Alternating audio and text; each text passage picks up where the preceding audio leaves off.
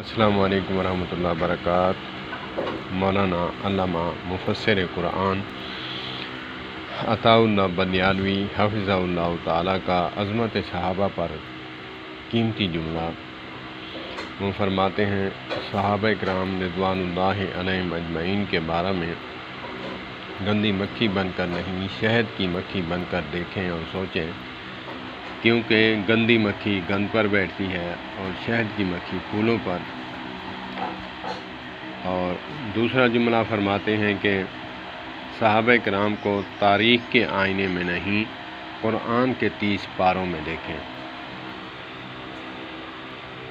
کیونکہ تاریخ کو نہ ماننے والا کافر نہیں ہوتا، قرآن کو نہ ماننے والا پکا ٹھکا کافر ہے۔